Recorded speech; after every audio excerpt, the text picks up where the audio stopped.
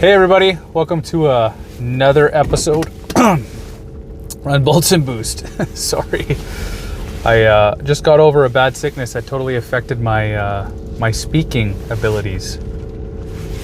So I just wanted to do this video here because I'm getting asked a lot of questions about this thing as more and more videos I put out for it, and the questions are, why a Cayenne? Why didn't you just do the Toyota or the Jeep route, which I have in the past.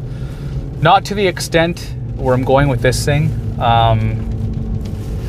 To be honest, I've always had an eye out for these vehicles ever since I was growing up. I've always liked Porsche, and when they first came out, I really liked the design of them. I thought they looked almost identical to the 996 911.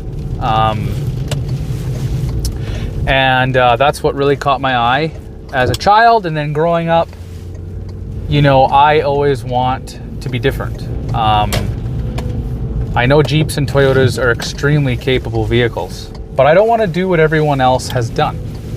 I want to do something a little bit different.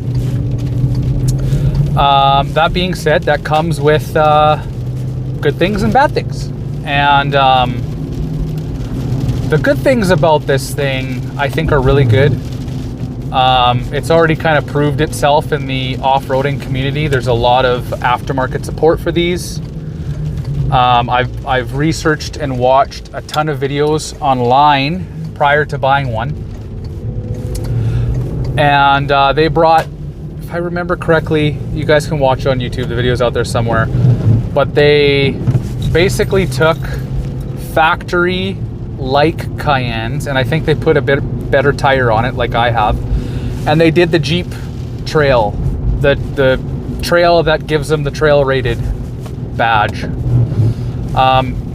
So I thought that was really neat, and obviously I purchased one. Oh, that's my check side marker lights, because they're all LEDs.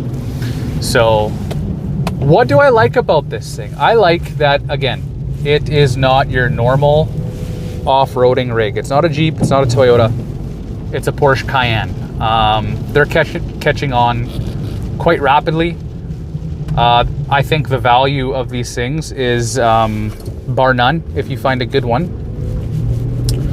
I got burned a little bit when I bought this one, but I budgeted for it, so to speak, in my head. And as you guys, a lot of you are aware, it needed the coolant pipes when it landed, and a lot of while you're in there. So that was about a $2,000 fix.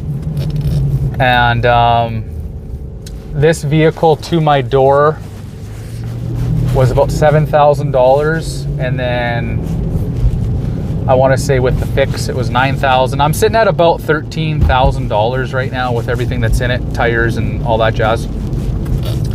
So buying a capable vehicle around $13,000 is definitely doable, but it doesn't have 77,000 K on it like mine does. But this thing also has the power and the torque that you want when you're off-roading. And it's a Porsche. Like, how cool is that? It's a Porsche. You're off-roading in a Porsche. Now, a lot of people stay away from these things because of, the reliability issues or concerns, and a lot of them are valid. I think my vehicle is taken care of. As far as there's three kind of big ones. There's the bore scoring, which this one I believe has a good history, and it's not bore scored right now. So if I take care of it from this point on with the best of the best of everything, I should be okay. And I think that's kind of the story, because from factory, these had like a 25,000 kilometer interval, oil change interval, which is what's caused a lot of these issues, And these were mall crawlers before. People didn't really buy them to go off-roading, right? And now that they're cheap enough, people are buying them and figuring out that they're really good off-roading vehicles. So unfortunately, a lot of the maintenance has, or lack thereof has caused the issues, the bore scoring issues on this thing. Aside from the bore score issues, there's the coolant pipe issue. They're plastic, a lot of them. Porsche estimates, well, maybe not Porsche, but a friend of mine who is in parts said that they estimate, I don't know if it's Porsche or if it's local or if it's among friends, that there's about 2% left that have coolant pipes that are still plastic. And of course, I was one of them. So, again, I budgeted for that in my head and paid for it. So this doesn't have the coolant pipe issue anymore. And that leaves a third potential issue, which is kind of the more scary one in my mind. All of you who know Cayennes might know this, but it's the steering lock problem. And the steering wheel system locks up on you because it there's a whole bunch of different reasons. Getting wet is one of them. Old, and the relays that are soldered onto this module can go as well. You can buy them, but and you can get it fixed. You just have to send it out. So if that happens to you while you're in the bush, that's definitely not ideal. So I'm just hoping and praying that it doesn't happen to me.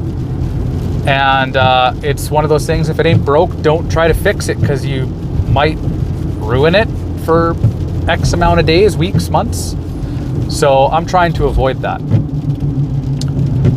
You guys might hear that howl. That's my tires. As soon as they went on the vehicle, it started making the infamous aggressive tire howl. Yeah, so I really enjoy this thing. I like it a lot. There's a lot of cool engineering things that you have to appreciate. Like there's a little plastic bump on the rear seats for the car seats that make it so your nice leather pleather seats don't squish. And you know, we've had $100,000 vehicles where they don't think of that. So that's nice, and there's a lot of little things here and there too in the engine bay that you appreciate. The things that I don't like, let's get on to that before, you know, I'm going to the grocery store right now, so I want to end this video off before I get to the grocery store. But the things that I don't like about this thing are, even though it has a nice big V8 and the horsepower and torque numbers are there, and I did notice when you're in trails, it feels good, but when you're on the street, it definitely feels sluggish if you're not shifting it yourself.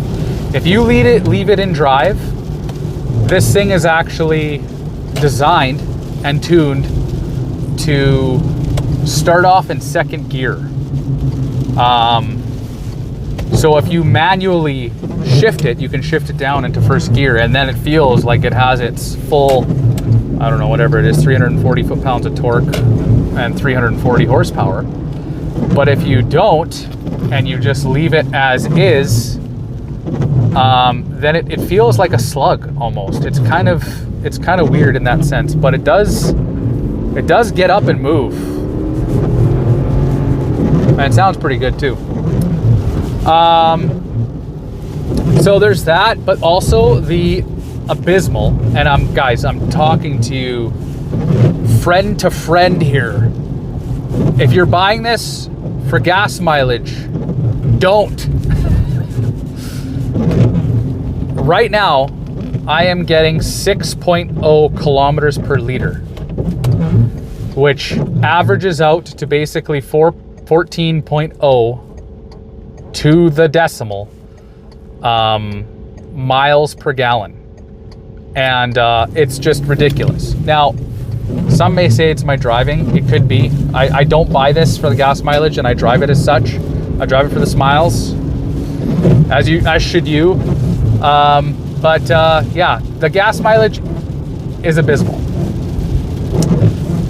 Third thing I don't like about this thing is price for parts. Sometimes it's not even Porsche parts. It's just the aftermarket community, I think, catching on that people are starting to get into these things. I think this is all my opinion. And or supply and demand, and the cost of really silly things like a hose this big is $70. I just shake my head at it, but it is what it is, and it's one of those things that you just got to deal with as it comes, I guess. And I bought a whole stockpile of them in my house or in my garage just in case. So I'm gonna have to figure out when I go really remote into the woods what I want to bring with me. But yeah, there's a lot of good things about this. It gets a lot of attention. It starts a lot of conversations when you're at the gas pump. Mine's starting to look that aggressive look with the tires. And it's not lifted yet, but it has factory suspension, which is brand new. So it even sits higher right now than a typical used Cayenne. So it has that aggressive look, and I'm not done yet by any stretch of the imagination. I actually have a roof rack that was supposed to be here 2 days ago and says it's supposed to be here by the end of today, which I don't think it's going to be. So I don't know where that is, but I got a roof rack somewhere. Hopefully I get it at some point. So yeah, I actually plan on putting this thing in one of the biggest car shows here in Alberta, Rock in August. And a buddy of mine is going to put his in as well. So he's kind of doing the same thing alongside me. He has a 957 Porsche, which is the facelifted version of this. And his is suffering from bore score bad. But he's running it till it dies, as would I, honestly, if I had the same situation. They're very fun vehicles. These Cayennes don't feel like a typical SUV. They feel like a sports car SUV, which is, again, they're tanks, man. They're 5,000 pounds. They can tow 7,000 pounds, if you can believe that. So again, that's something I love about this thing. It can tow 7,000 pounds. Overall, if you find a clean one, I think you're safe. Like I said, they're robust. They have the reliability quirks, but if you don't have one that has bore scoring and you take care of it, I think you should be clear. Most of them will have the coolant pipes already done. The steering lock, I don't think happens a lot, but it can. And yeah, that's just my take. If you're thinking about getting one, I will say jump. Like me, I did. And the only problem with mine is that, and actually this has caused a lot of conversations again, is that mine is right-hand drive. So it's not, I would rather have a left-hand drive just because I've owned a lot of right-hand drive vehicles in my past, as you guys are aware. And generally speaking, I actually don't think it's the case with this one, but generally speaking, they are harder to find parts for. For instance, the windshield, again, I don't think it's the case with this one, but the windshield has certain notches on certain cars for the windshield wipers. Just things like that. But anyway, I just wanted to have a chat with all y'all and talk about the Cayenne and why I went with it. Again, I just wanted to be different. I didn't want to be like every Tom, Dick, and Harry. Absolutely no issues with Jeeps or 4Runners because they're awesome vehicles. I just didn't want to do it all over again like everybody else has. So anyway, you guys have a great rest of your week ahead of you. And until the next one, peace. All right, everybody.